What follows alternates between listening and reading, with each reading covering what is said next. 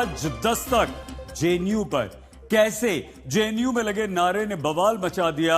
आज हम बात करेंगे कि क्यों जेएनयू में ही बार बार विवादित नारे लगते हैं, क्यों हर बार जेएनयू में विवादित नारे लगने के बाद जेएनयू प्रशासन की नींद टूटती है, और क्यों जेएनयू में साबरमती हॉस्टल ही बवाल की जड़ बनता है। आज बीजेपी ने आरोप लगाया कि जेएनयू छात्र संघ से जुड़े लेफ्ट समर्थक छात्रों ने प्रधानमंत्री नरेंद्र मोदी और गृह मंत्री अमित शाह के विरुद्ध आपत्तिजनक नारेबाजी की है। बीजेपी ने यह भी आरोप लगाया कि जेएनयू में ये नारे शर्जील इमाम और उमर खालिद पर सुप्रीम कोर्ट के निर्णय के कारण से लगे। लेकिन सच क्या है, क्यों जेएनयू में ये नारे लगे, आइए हम आपको दिखाते हैं। क्यों बार बार जेएनयू के छात्रों पर देश विरोधी होने के आरोप लगते हैं। Shame on them कि ना वो फिलिस्तीन के लोगों के लिए खड़े होते हैं, ना वो आज वेनेजुएला की जनता के लिए खड़े हैं। क्यों जेएनयू टुकड़े टुकड़े गैंग के नाम से बदनाम हो गई है। We also oppose our government here. क्यों जेएनयू में कुछ होता है तो उस पर देश की सियासत भड़क उठती है। आज जेएनयू में लगने वाले विवादित नारों पर दस्तक। इस 35 सेकंड के वीडियो ने एक बार फिर से जेएनयू को उस कटघरे में खड़ा कर दिया है जिसके लिए ये यूनिवर्सिटी बदनाम होती आई है, क्योंकि जो नारे लगे हैं वो प्रधानमंत्री मोदी और गृह मंत्री अमित शाह के खिलाफ लगे हैं। और इन नारों की टाइमिंग ऐसी है कि ये ठीक उस वक्त लगे हैं जब सुप्रीम कोर्ट ने शर्जील इमाम और जेएनयू के पूर्व छात्र उमर खालिद की जमानत खारिज की है। बल्कि ये दोनों 1 साल तक इस मामले में जमानत याचिका भी दाखिल नहीं कर सकते हैं। शर्जील इमाम और उमर खालिद दोनों न सिर्फ दिल्ली दंगों के आरोपी हैं, बल्कि दोनों पर देश विरोधी होने के भी आरोप हैं। ऐसे में बीजेपी प्रवक्ता प्रदीप भंडारी ने दावा किया कि जेएनयू में पीएम मोदी और गृह मंत्री अमित शाह के खिलाफ हुई नारेबाजी सुप्रीम कोर्ट से उमर खालिद और शर्जील इमाम की जमानत खारिज होने के विरोध में है। ये विरोध प्रदर्शन नहीं बल्कि राष्ट्र विरोधी विचारधारा का प्रसार है। जेएनयू के अंदर जो नारे लगे हैं अर्बन नक्सलियों द्वारा, ये नारों का वैचारिक समर्थन राहुल गांधी और कांग्रेस पार्टी करती है, क्योंकि एंटी नेशनल शर्जील इमाम और उमर खालिद को जब से सुप्रीम कोर्ट ने उनकी बेल को रिजेक्ट किया है, कांग्रेसी नेता इसके समर्थन में आए हैं। फिर उसके बाद में स्टूडेंट की आड़ में अर्बन नक्सल्स मोदी तेरी कब्र खुदेगी, अमित शाह तेरी कब्र खुदेगी की नारे लगा रहे हैं। ये वही सोच है जो आगे चल के बौद्धिक आतंकवाद में परिवर्तित होती है। लेकिन बीजेपी ने जेएनयू में लगे विवादित नारों में जेएनयू छात्र संघ के साथ साथ कांग्रेस को भी लपेट लिया है। पूरा सच क्या है अब आपको दिखाते हैं।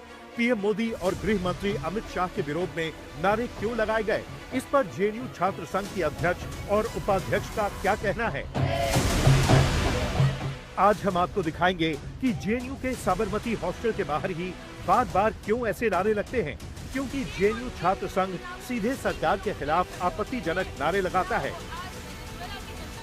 सवाल ये है कि बार बार नारे लगने के बाद भी जेएनयू प्रशासन की नींद क्यों टूटती है।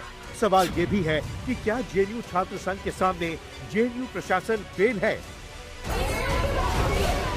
आपको बता दें कि 5 जनवरी 2020 को जेएनयू के साबरमती हॉस्टल में भड़की हिंसा पर जेएनयू छात्र संघ हमले की बरसी मनाता है। छात्र संघ की ओर से पोस्टर जारी कर छात्रों से रात 9 बजे साबरमती हॉस्टल के बाहर इकट्ठा होने की अपील की गई थी। इस कार्यक्रम को night of resistance with gorilla dhaba का नाम दिया गया था, और जब इस कार्यक्रम की शुरुआत हुई तो जेएनयू छात्र संघ की अध्यक्ष अदिति मिश्रा से लेकर उपाध्यक्ष के गोपिका ने भी भाषण दिया। जो वीडियो सामने आए हैं उनमें जेएनयू छात्र संघ की अध्यक्ष अदिति मिश्रा तो वेनेजुएला पर अमेरिकी हमले और वहां के राष्ट्रपति मादुरो को बंधक बनाने से लेकर मुनरो डॉक्ट्रिन तक पहुंच जाती हैं और सीधे भारत सरकार पर प्रहार करने लगती हैं। हम जिस स्ट्रक्चर में रह रहे हैं, बहुत दुख की बात है। इंडिया जैसा कंट्री जिसका खुद गुलामी का एक इतिहास है, वो आज चुपचाप बैठा है। वो कह रहे हैं कि we are still trying to analyse the developments. Shame on Indian government, shame on them कि ना वो फिलिस्तीन के लोगों के लिए खड़े होते हैं, ना वो आज वेनेजुएला की जनता के लिए खड़े हैं, जब रातों रात उस देश पे कब्जा करता है यूएसए। और वहां पे उस समय मुनरो डॉक्ट्रिन के तहत बंटवारा होता है यूरोप में और अमेरिका में कि ये वाला जो है ये हमारे गुलाम है, तुम अपना देख लो, हम तुम्हें डिस्टर्ब नहीं करेंगे, तुम हमें मत डिस्टर्ब करना। शुरुआत में ये कार्यक्रम सिर्फ 5 जनवरी 2020 को जेएनयू में हुए नकाबपोशों के हमले के खिलाफ था, लेकिन शर्जील इमाम और उमर खालिद पर सुप्रीम कोर्ट के फैसले के बाद इस कार्यक्रम के स्वर ही बदल गए और कथित तौर पर आपत्तिजनक, भड़काऊ और उकसाने वाले नारे लगने लगे। आज तक ने जब प्रधानमंत्री मोदी और अमित शाह तेरी कब्र खुदेगी जैसे कथित नारों पर जेएनयू छात्र संघ की अध्यक्ष अदिति मिश्रा से बात की, तो उन्होंने माना कि इस कार्यक्रम में शर्जील इमाम और उमर खालिद पर आए फैसले के बारे में चर्चा हुई। ये एक रूटीन चीज है। It was not a protest. Yes, we were sad about the judgment that came. We also discussed about that. जब हमने बातें की, जब हमने गाने गाए, और तो ऐसी जो मानसिकता है, ऐसी जो आइडियोलॉजी है, जो ये वायलेंस अलाउ करती है जेएनयू कैंपस में, जो ये वायलेंस कराती है, और ना सिर्फ जेएनयू में, पूरे देश भर में, हम उसे कंडेम करते हैं और वो नारे उसी लाइट में देखे जाने चाहिए। आपको बता दें कि सुप्रीम कोर्ट का फैसला आने से पहले न्यूयॉर्क के मेयर ज़ोहरान ममदानी ने उमर खालिद को चिट्ठी लिखकर उनसे सहानुभूति जताई थी। इसके बाद कुछ अमेरिकी सांसदों ने उमर खालिद के नाम पर सवाल उठाया था। ज़ोहरान ममदानी की चिट्ठी से पहले उमर खालिद के पिता ममदानी से मिले थे।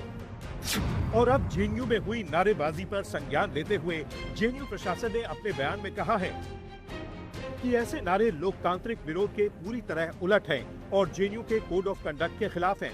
इससे पब्लिक ऑर्डर, कैंपस का माहौल और यूनिवर्सिटी और देश की सुरक्षा प्रभावित होने का अंदेशा है। ये कल ही का है, साबरमती ढाबे पे का है। वर्डिक्ट आता है, उसके खिलाफ नारेबाजी होती है, फैसले को नहीं मानने की कोशिश करी जाती है। जेएनयू के सिक्योरिटी डिपार्टमेंट ने दिल्ली पुलिस को औपचारिक पत्र लिखकर एफआईआर दर्ज करने की मांग की है। पत्र में कहा गया है कि ये नारे सुप्रीम कोर्ट के फैसले की अवमानना है, जेएनयू के कोड ऑफ कंडक्ट का उल्लंघन करते हैं और कैंपस की शांति, सुरक्षा और कानून व्यवस्था के लिए खतरा है। जेएनयू ने कुछ छात्रों के नाम भी दिल्ली पुलिस को सौंपे हैं, जिनमें जेएनयू छात्र संघ की उपाध्यक्ष गोपिका बाबू का नाम भी शामिल है। पीएम मोदी और जो गृह मंत्री हैं, उनको लेकर क्या नारे लगाए आप लोगों ने? जो वो नारे लगे थे वो एक आइडियोलॉजी के, वो पितृसत्ता की कब्र खुदेगी हम लगाते हैं जेएनयू में, मनुवाद का कब्र खुदेगी वो भी हम लगाते हैं। ये किसी एक इंसान के खिलाफ हम कभी भी ये नारा नहीं लगाते हैं। These are not to be taken at a personal capacity. लेकिन पीएम मोदी और गृह मंत्री अमित शाह के खिलाफ नारेबाजी पर सियासत भड़क चुकी है।